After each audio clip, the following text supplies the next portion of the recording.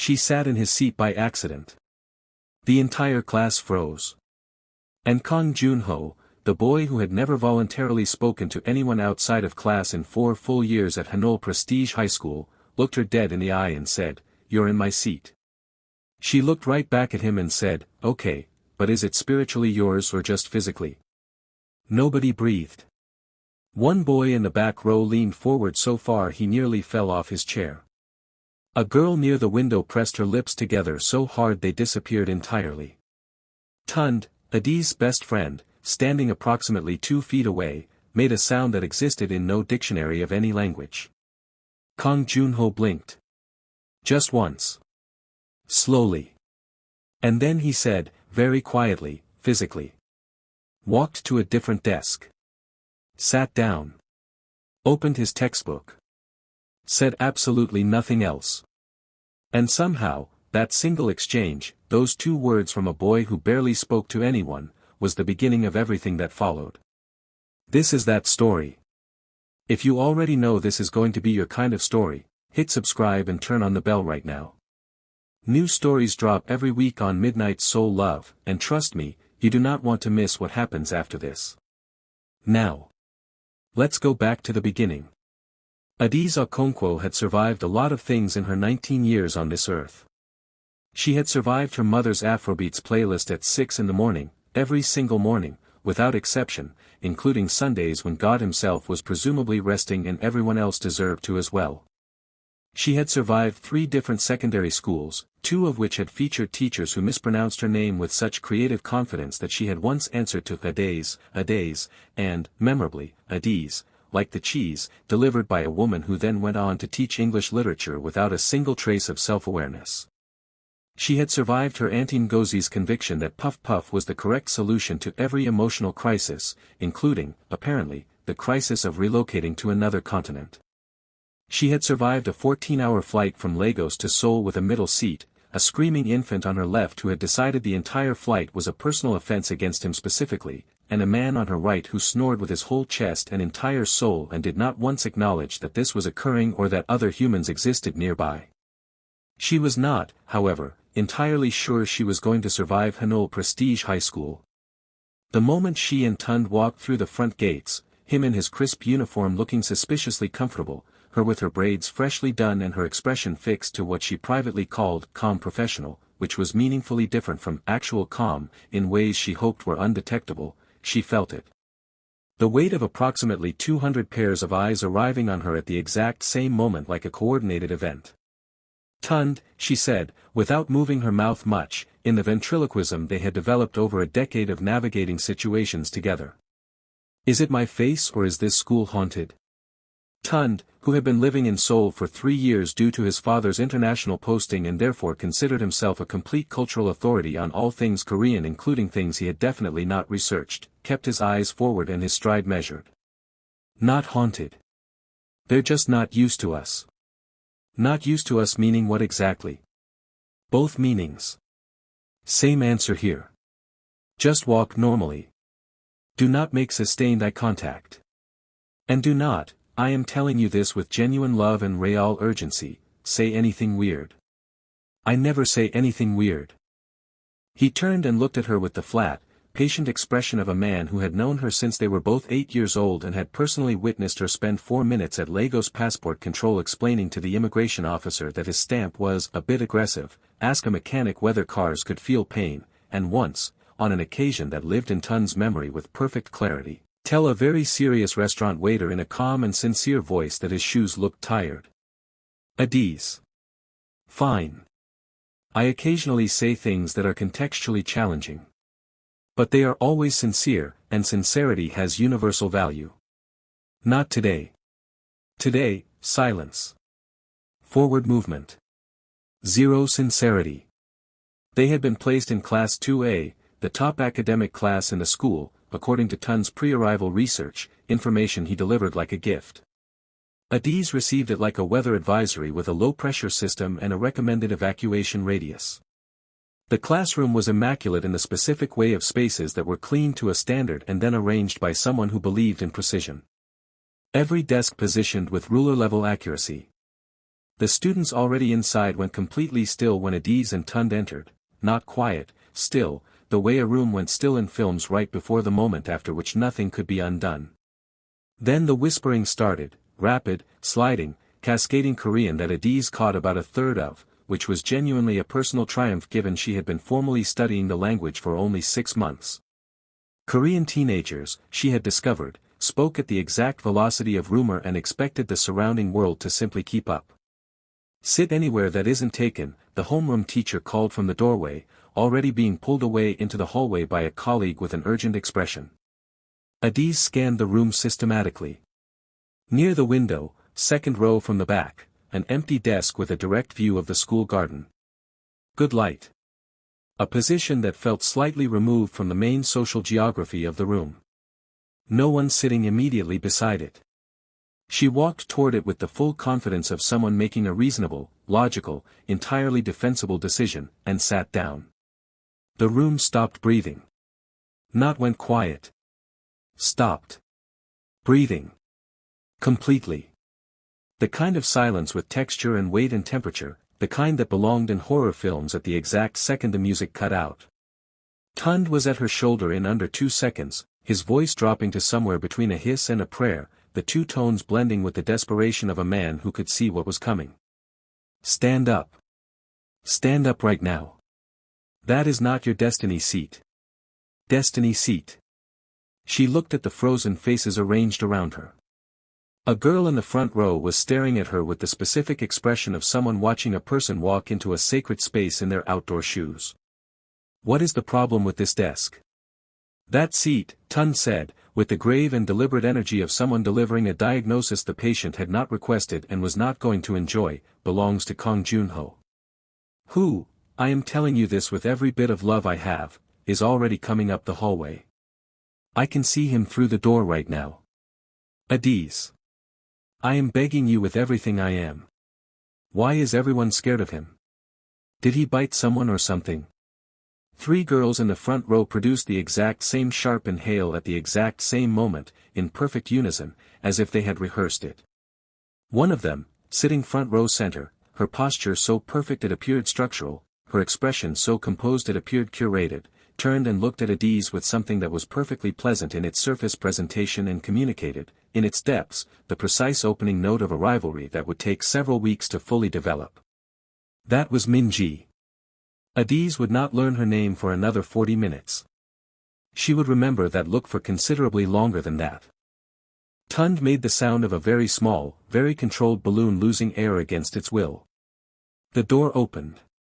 Later that evening, trying to describe Kang Jun-ho to her mother over the phone from her dorm room, Adeze ran out of words. Which was genuinely, noticeably strange, because she always had words.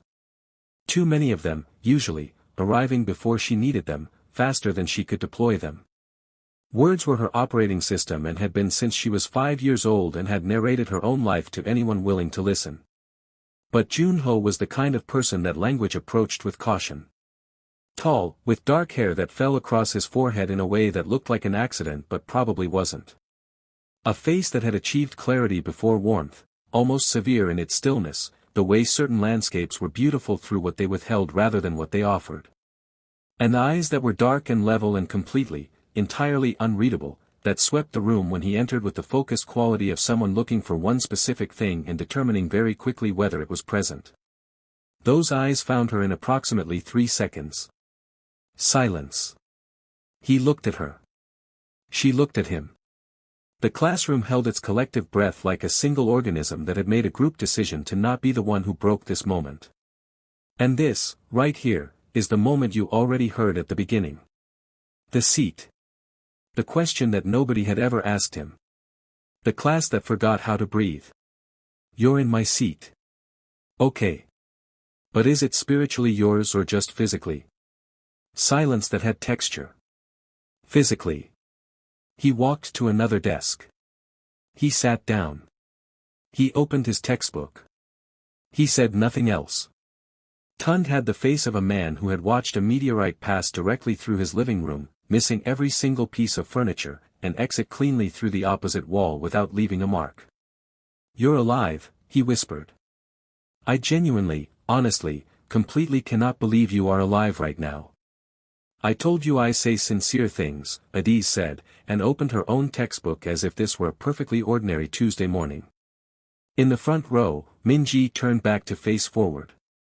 Her expression had shifted by exactly 1 millimeter in a direction that was not goodwill and was not going to become goodwill anytime soon. The rumors started by lunch, which at Hanul Prestige was, by the school's own standards, practically slow.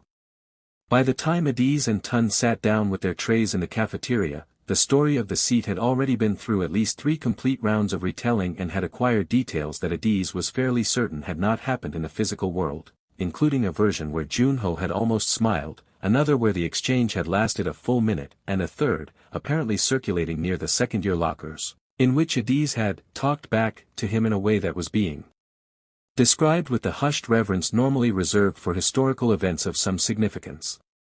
He did not almost smile, she told Tun. He blinked, Tun said, with complete conviction. For him, that is almost smiling. For Kang Jun-ho, one deliberate blink is the emotional equivalent of a standing ovation from anyone else. You're assigning meaning to a blink. I am reading available evidence. He pointed his chopsticks at her with the authority of someone who had arrived at a conclusion and was now merely presenting it. Now, since you have apparently attracted his atmospheric attention, here is what you need to understand about him. What followed was a 12-minute briefing delivered in the low, rapid-fire style Tun reserved for information he considered operationally significant. Jun-ho ranked first in every exam without exception and had done so consistently since first year. He answered teacher questions with a precision that produced slow, thoughtful nodding rather than praise, as if he had settled something rather than recited an answer. He had no friends in the conventional social sense, he had people who existed in his proximity and considered that arrangement sufficient, like planets in quiet orbit around something that didn't need them to stay but didn't push them away either. In 4 years at this school, he had not, to anyone's knowledge, expressed a preference for another specific person. Not for Minji, who had been working the long game with a patience that deserved its own formal recognition. Not for anyone. And yet, Tun said, chopsticks pointed at her like a baton, he looked at you. Multiple times during homeroom alone. I counted 4 distinct looks. I counted because I had a feeling this was going to be a significant morning and I wanted data for the record. You were counting his looks at me. I maintain the record. The record is important. You will understand why later. He ate a piece of kimchi. 4 looks, Adeze. 4. In homeroom. That man does not look at people 4 times. He looks once, gathers all required information, and does not look again. 4 looks means there was information he could not gather in 1. Adeze ate her rice and filed this under, think about later. The week that followed provided several pieces of data that she filed under, strange, and Tun filed under a section of his record labeled, with no subtlety whatsoever, exactly what I told you. Monday afternoon, her binder slipped in the main corridor and 3 months of printed notes scattered across the floor in a radius that suggested physics had opinions about her organizational system. Everyone in the hallway stepped around the scattered pages with the calm of people who had somewhere to be. She was crouching and collecting papers and rotating through a creative and heartfelt inventory of Igbo and Yoruba that expressed her feelings with considerable precision when a hand came down beside hers and began stacking notes. Neatly. By date, she realized after a moment, organized chronologically, with no instruction, with the quiet efficiency of someone who had looked at the material, understood its structure, and applied order to it in the time it took her to grab the first handful off the floor. She looked up. Jun-ho looked back at her, extended the stack, and walked away without speaking a single word. Tun, from 4 feet away, produced a sound that existed in the space between languages. Wednesday, she arrived at her locker to find a small sticky note inside with a locker number written in spare, precise handwriting. She had been using the wrong locker for 3 days, completely convinced that the combination was temperamental and the locker was simply being difficult, never once questioning the number itself. Thursday, the advanced mathematics worksheets came in 2 versions and she had been handed the wrong one. By the time she noticed and turned around to ask for the correct copy, one was already sitting on her desk.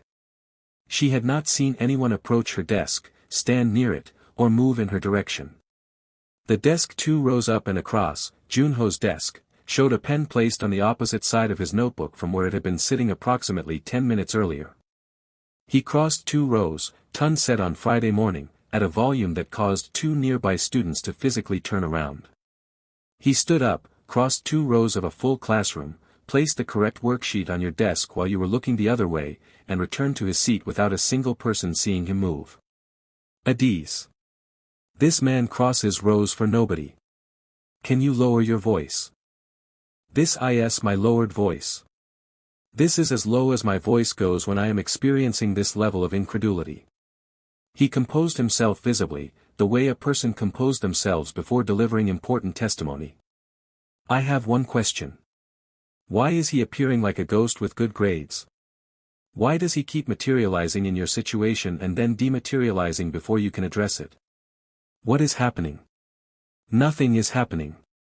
That is, Tun said, with the quiet devastation of a man who knew he was right and was tired of being right, the exact sentence people say right before things are very much happening.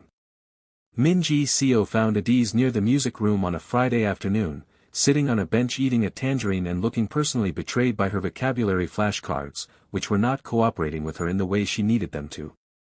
Min-ji was the kind of beautiful that had been carefully curated over time and was fully aware of the effect it produced. 2 years at the top of Hanul Prestigia's social hierarchy had given her a posture that was almost architectural, not rigid, but definitional, the kind that said she had always occupied important rooms and expected to continue doing so. She stopped in front of Adeze, smiled, and the smile was beautiful and communicated, precisely below its beautiful surface, exactly what it was intended to communicate. You're the transfer student, she said. In crisp, deliberate Korean. Yes, Adeze replied, also in Korean, because she had been practicing every day for 6 months and because she had an involuntary reflex to match whatever energy was brought to her and meet it at its own level. A small, barely visible recalibration on Min-ji's end. One invisible point mentally awarded. I wanted to welcome you properly. The school can be a lot to navigate at first, especially coming from somewhere very different. That's kind of you. And I wanted to mention, the name arrived with a specific gravity, placed carefully. About Jun-ho. He's very private. Reserved. When he does things for people it's usually habit, his background and upbringing make certain behaviors automatic for him. It doesn't carry specific personal meaning. A perfectly calibrated pause. I just thought that was worth knowing. Adeze peeled another segment of tangerine and ate it slowly. I didn't think it carried specific personal meaning. Good. The smile was a perimeter fence constructed from very expensive, very pleasant-looking material. Some people misread him. It creates complications for them, not for him, usually. I just thought someone should say it clearly rather than let you find out another way. Another smile. She left. Tund appeared from around the corner of the hallway approximately 3 seconds after Min-ji's footsteps had faded to nothing. He had been there the entire time. His shadow had been visible on the floor throughout the conversation. Neither of them had mentioned it. She likes him, he said. I know. She has liked him for 2 full years. She has been running the most patient, elegant, long-term social campaign I have ever witnessed in person, and it has produced 0 results. 0. And you have been here for 3 weeks. He looked at her with careful, sideways attention. Are you not even slightly bothered by that conversation? Why would I be bothered? She didn't say anything rude. She was perfectly composed and clear about what she meant. That's what makes it a warning. The composure is the warning. A person says things rudely when they're not worried. She was extremely composed, which means she is worried, which means she has seen something worth being worried about. He threw a small piece of bread toward a nearby pigeon with considerably more force than necessary. Adeze. I just want you to be aware. That is literally the only thing I am asking. Awareness. As a concept. In your life. I am aware, she said. I am also eating a tangerine and reviewing vocabulary. Both can coexist. Tund looked at her for a long moment with the expression of a man who had said what he needed to say and was choosing to accept that it had landed where it landed. "Fine," he said. "But I'm noting this conversation in the record."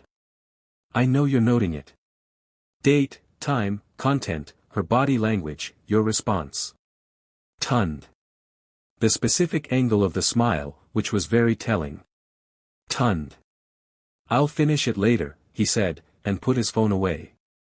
The cafeteria incident happened on a Tuesday and became, within the hour, the most comprehensively discussed event at Hanul Prestige since the vice principal's toupee had migrated significantly southward during the spring awards assembly and he had continued presenting for 11 minutes without appearing to notice. Adeze had been navigating the lunch line with a full tray in both hands, her phone balanced open on her forearm showing a translation app for 2 menu items she couldn't identify, and a sustained awareness of the boy in front of her in the line who was eating in advance with his elbows in a way that suggested he had not been told the concept of personal space or had been told and disagreed with it. She had successfully managed 2 out of these 3 competing priorities when the elbow connected with her tray at a precise and geometrically unfortunate angle and sent a full cup of barley tea into a graceful, curving, theatrical arc.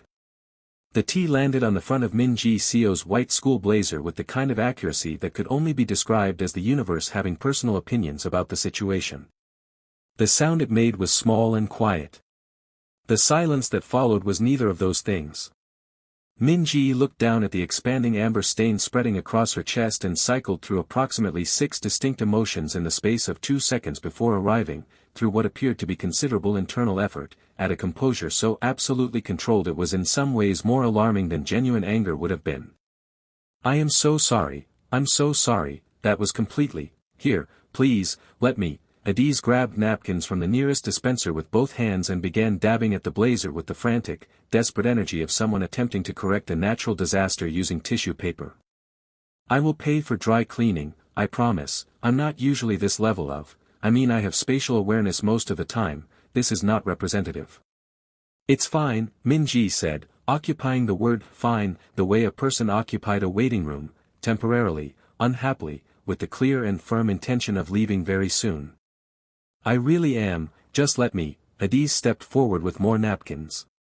Min Ji, reasonably interpreting this as a continuation of the disaster rather than an attempt at repair, stepped back.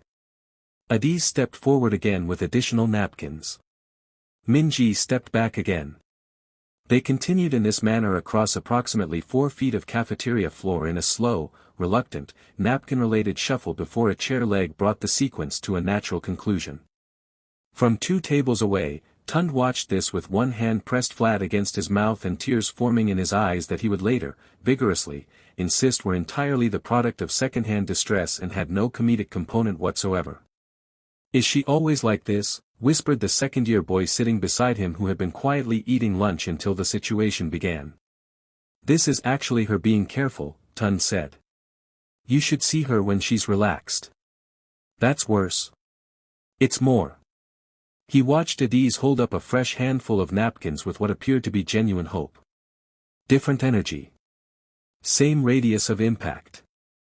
Min Ji extracted herself from the napkin situation with the quiet, practiced efficiency of someone who had undergone social composure training, whether formally or through accumulated experience, and who had developed real capability under pressure. She excused herself to change. She walked out of the cafeteria with her chin elevated, her blazer comprehensively ruined, and her dignity preserved at approximately 85%, which was genuinely impressive under the circumstances.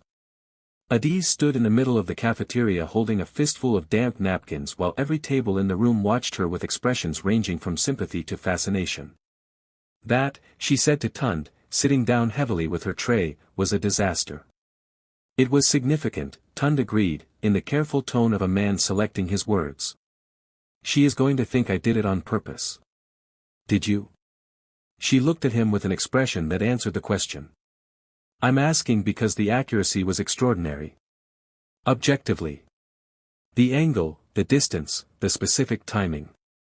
The boy's elbow. The boy in front of me. His elbow hit my tray. I believe you. I fully believe you.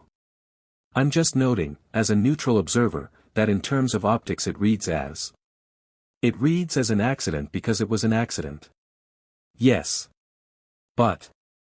He glanced with practiced subtlety toward the far corner of the cafeteria, where Jun-ho was sitting alone with a book open beside his untouched lunch, looking at nothing.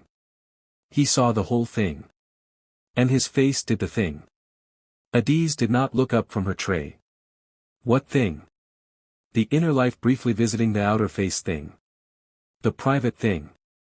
The thing where you can tell, if you're watching carefully, and I am always watching carefully, that there is something happening behind the expression. He picked up his chopsticks. I'm noting it for the record. Please, for the love of everything, stop noting things. I will note things, Tun said, with the serene conviction of a man who had found his calling, for as long as things are worth noting.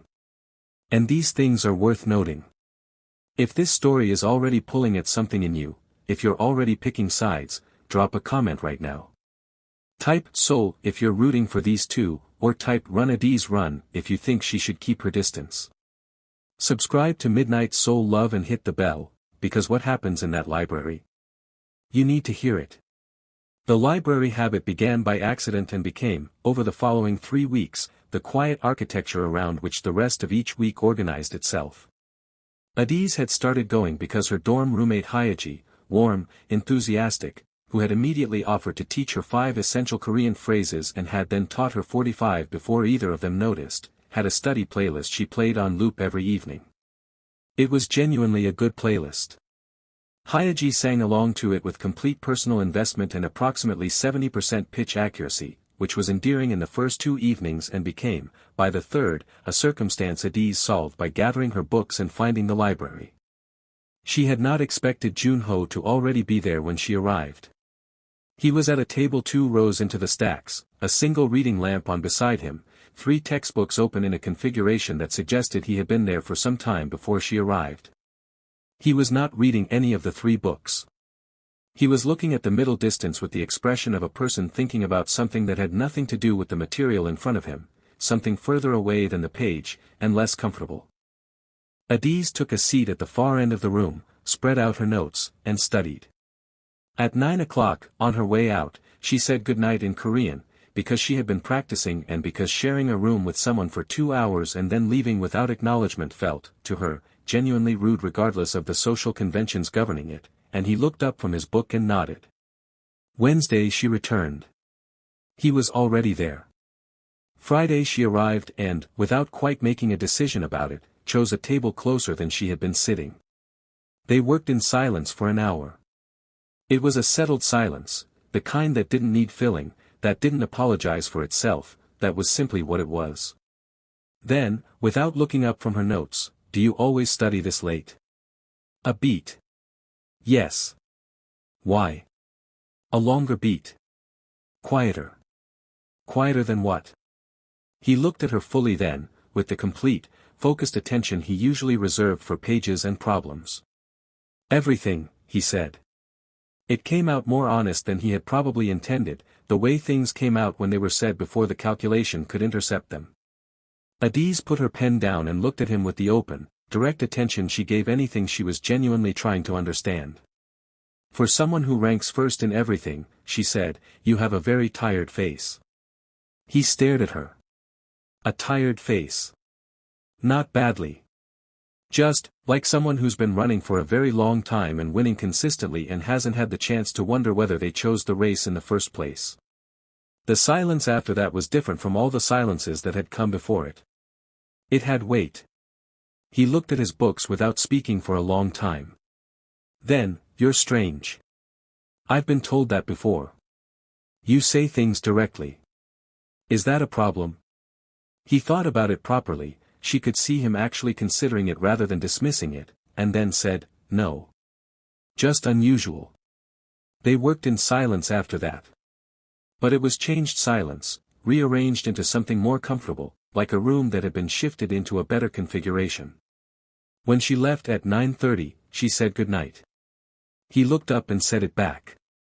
Tund, receiving this information over the phone from the bottom of the library stairs, received it with the reverence of a person being told about something significant that had been found. 2 words, he said.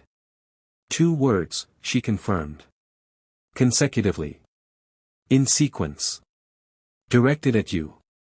Yes, Tund, that is what 2 words said to a person means. I'm noting it. She had stopped arguing about the record.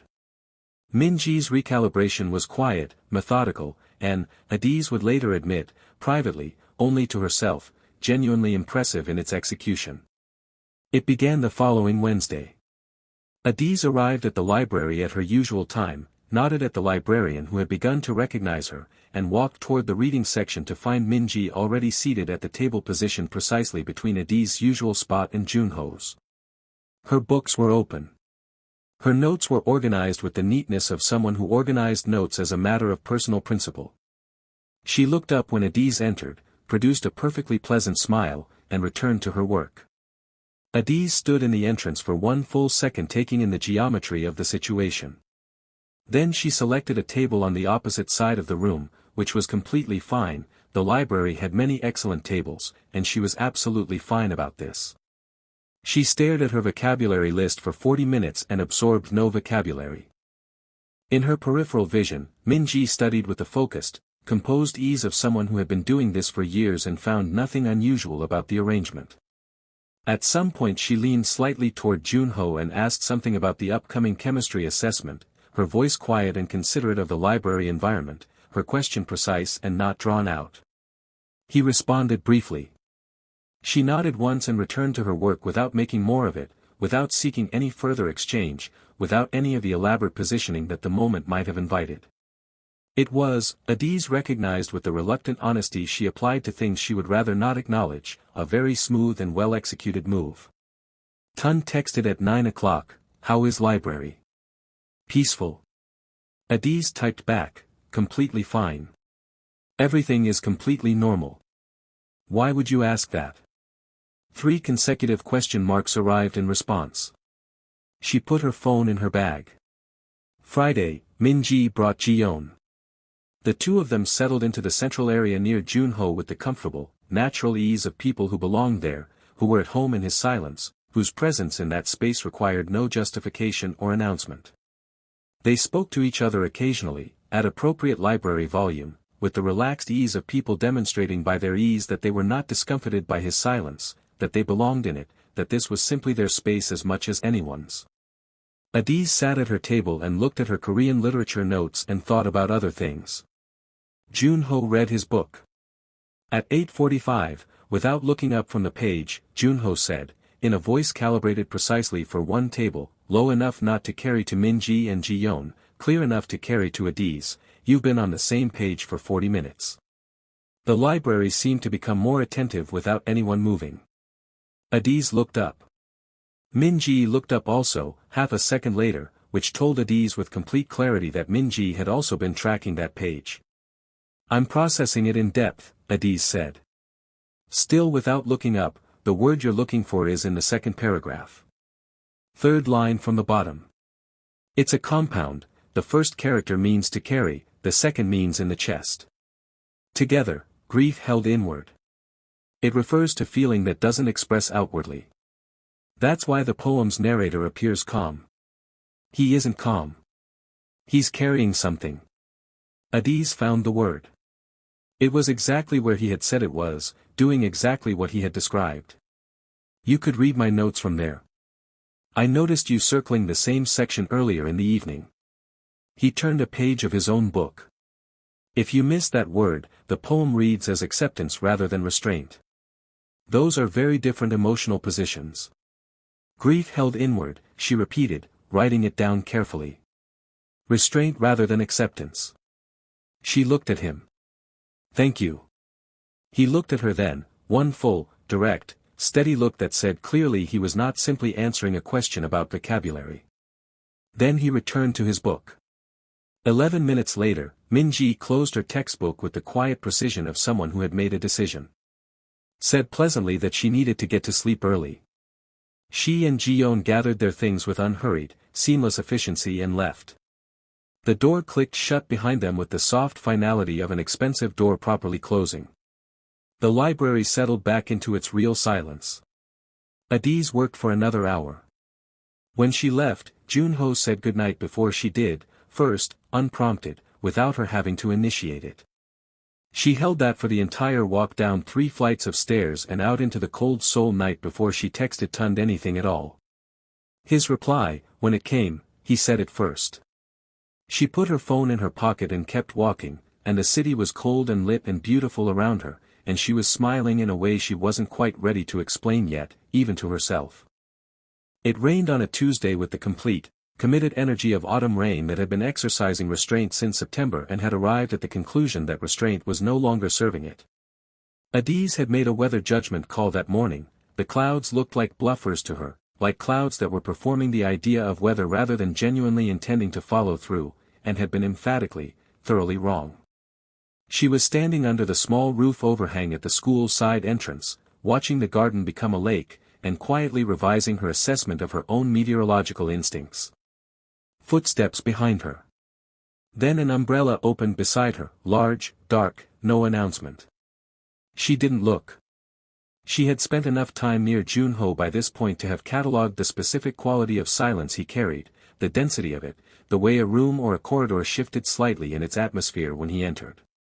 She knew it before she turned to confirm it. "I'm fine," she said. "I like rain." "You're getting wet." "I like rain." "I didn't say I came prepared for it." "Those are 2 completely separate positions and I stand by both of them." A brief pause. Then the umbrella shifted, slightly, by calculated degrees, by someone who had assessed what was needed and acted on it without waiting to be asked, so that it extended over her as well. The umbrella was one size. The arithmetic of standing under it together required him to be closer to her than was strictly the arrangement of 2 people who had not yet defined what they were to each other. She felt him there the way you felt a change in atmospheric pressure, the way you felt weather arriving from a direction you weren't facing. "You don't have to," she started. "I know," he said. They stood in the rain, or rather, beside it, without speaking. The school grounds were nearly empty, the rest of the student body having exercised better judgment about the weather than she had. The rain came down across the garden in gray, shifting curtains. Somewhere inside the building, a door opened and closed at a distance. Someone was playing piano, earnestly, badly, with the kind of wholehearted commitment that declined to be discouraged by its own technical limitations. Seoul in the rain smelled like wet stone and cold air and something faintly sweet that she had not yet been able to name and suspected she would associate with this particular city for a very long time after she left it. "Do you like it here?" Jun-ho asked. The question had the specific quality of something that had been thought about before it was spoken. "Korea?" She considered it properly, not reflexively. "Yes. More than I expected to.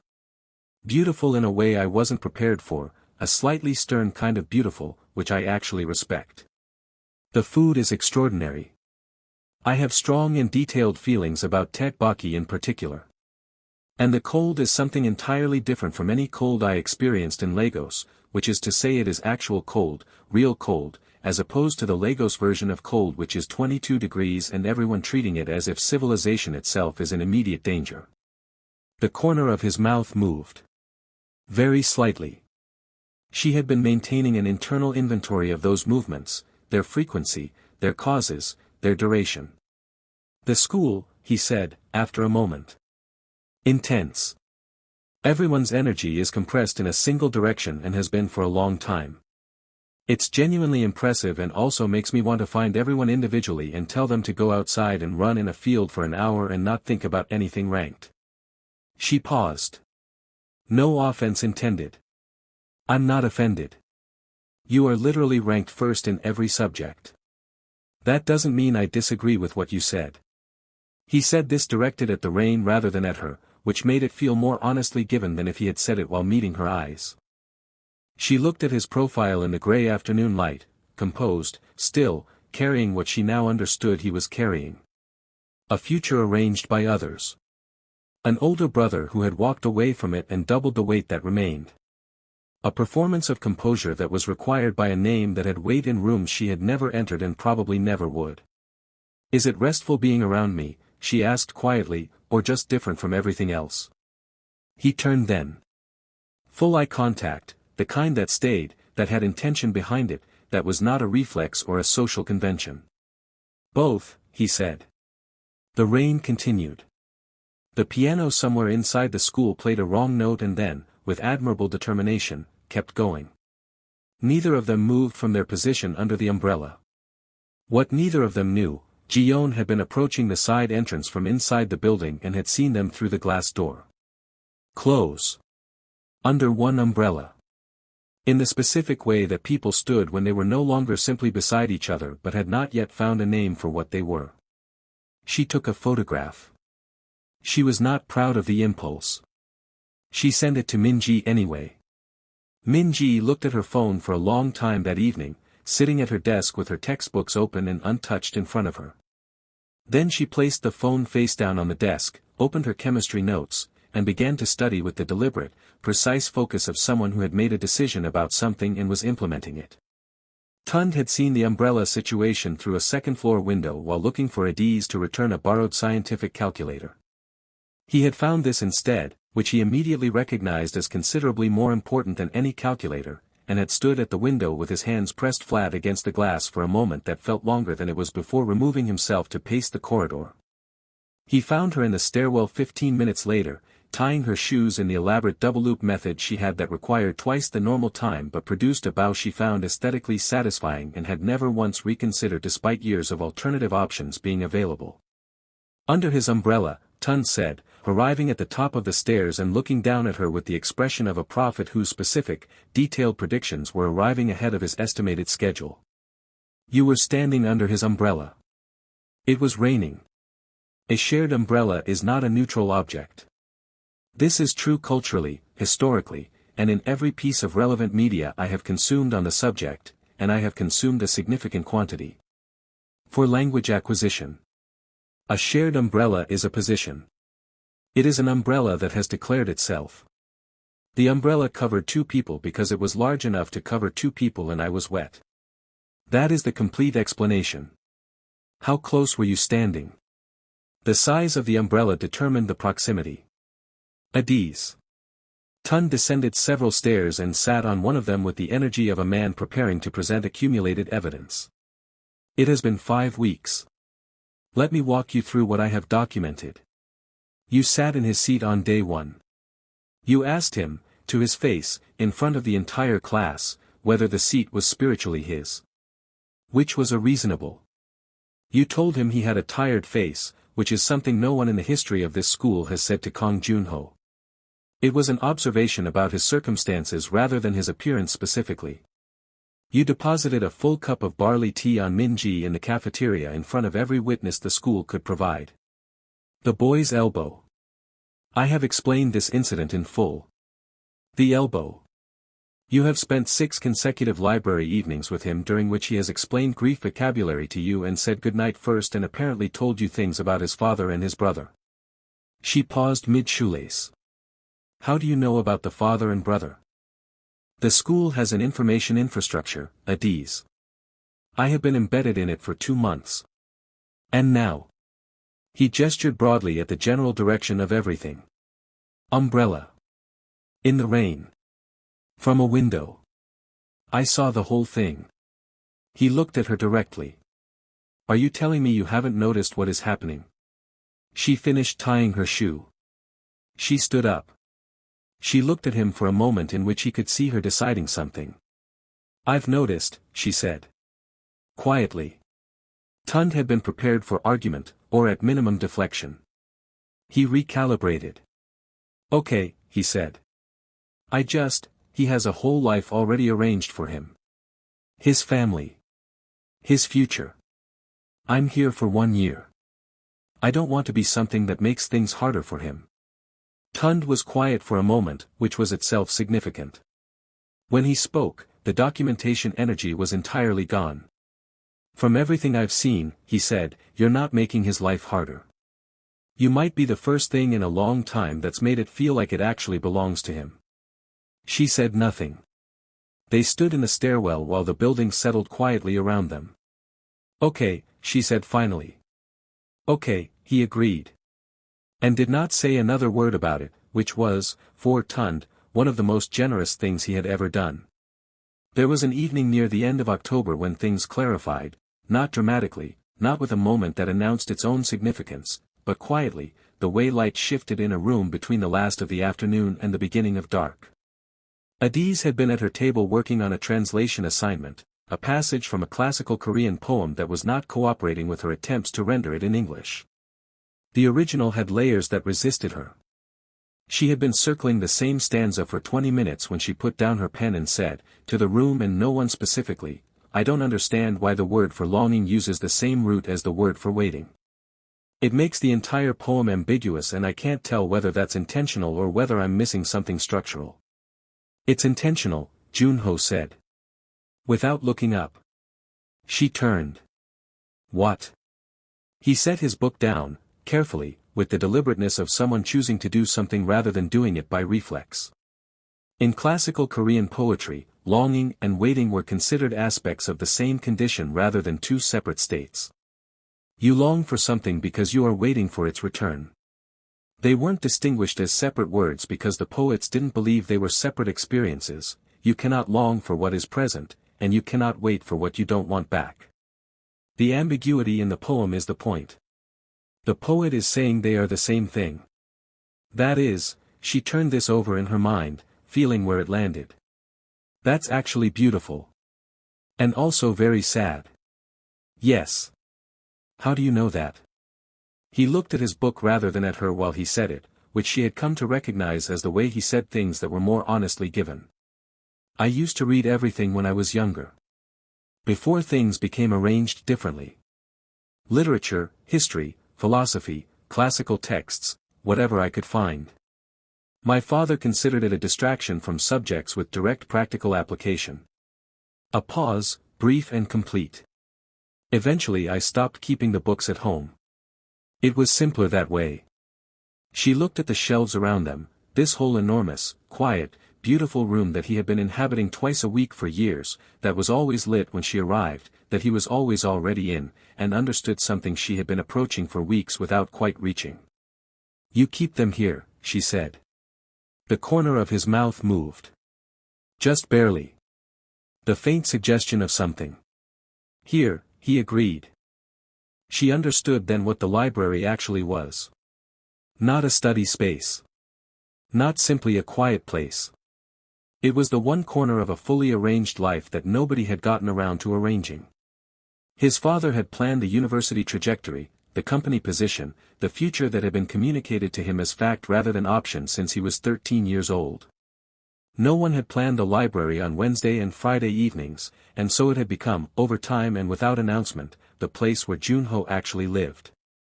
"Jun-ho," she said. Not casually. Deliberately, with intention placed behind the name. He looked at her. "What do you actually want? Not your father's version. Not what Kang Holdings needs from you. Not what the school expects. When you imagine a life that's yours, one that you chose, what's in it?" The question sat in the library between them and didn't move. He was very still.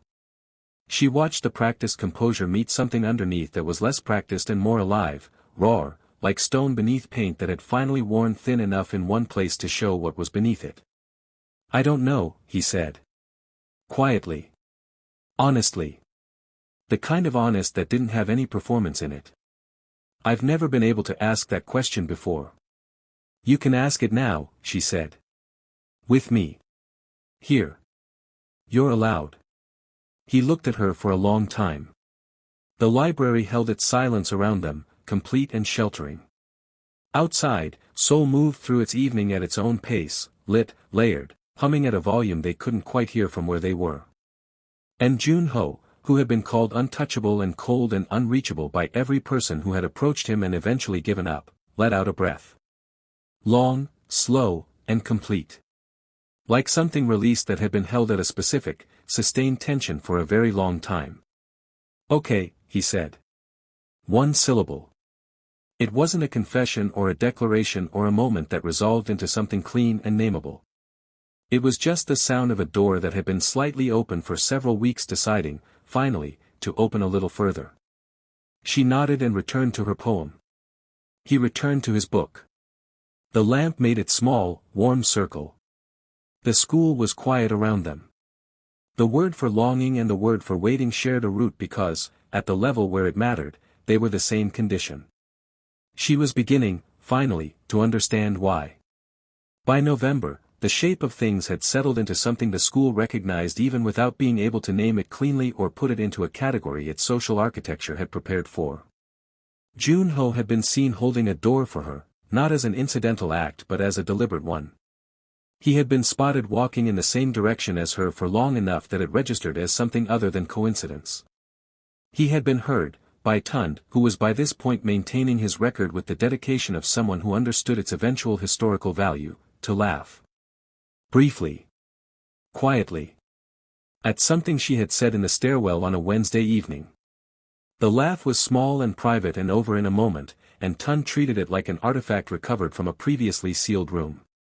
He laughed, Tund told his language exchange partner that evening, with the measured reverence of someone delivering significant news. I heard it with my ears. My actual, physical ears that are attached to my head and were present in the stairwell. Min-ji processed the changing shape of things with a discipline and a self-awareness that were, if Adeze was being honest, genuinely admirable. She did not create scenes. She did not escalate or retaliate or weaponize her position in ways she could have. She recalibrated, internally, quietly, with the thoroughness of someone who was capable of honest assessment even when it was not comfortable.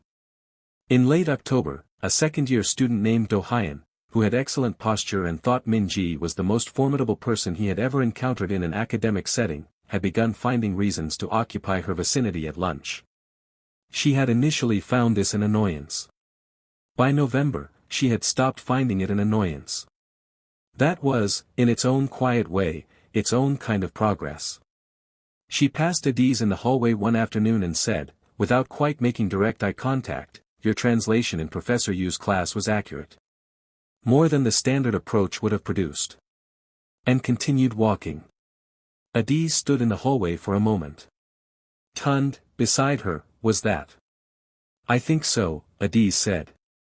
"A ceasefire?" "Something in that direction." As for the slow burn at the center of everything, it continued to burn, slowly, in the way that the things worth waiting for did. No confession. No moment that announced itself with clean resolution. Just the library, twice a week, and Jun-ho incrementally learning how to offer small pieces of himself, a book he had loved when he was 12, a song he couldn't place the origin of, what he thought about on the days when the weight of his arranged future became a specific, pressurized kind of silence that had no release valve. And Adeze listening to all of it. Asking the follow-up questions. Telling him things back about Lagos and her mother and what it felt like to be in a country where she understood 70% of what was being said and had to reconstruct the remaining 30% from context and sheer determination and sometimes just confidence in her own guess. She sat across from him in their corner of the library and thought, you learn everything that matters about a person from what they are still finding their way toward saying. She was not in a hurry. She had a year. She was learning, among other things, that she was good at waiting, and she was understanding, in a way she hadn't before she came to Seoul, why the word for that and the word for longing were the same. Outside, November moved through the city. Cold and lit and unhurried. Inside, two people in a library were figuring something out at a pace that was exactly right for both of them. And there we leave them, for now. Two people. One library. A slow burn that is only just beginning to glow. But before you go, I need your answer in the comments. Is Jun-ho protecting Adeze, or is she the one who is actually protecting him? And Min-ji, who is really wrong here? Drop it below.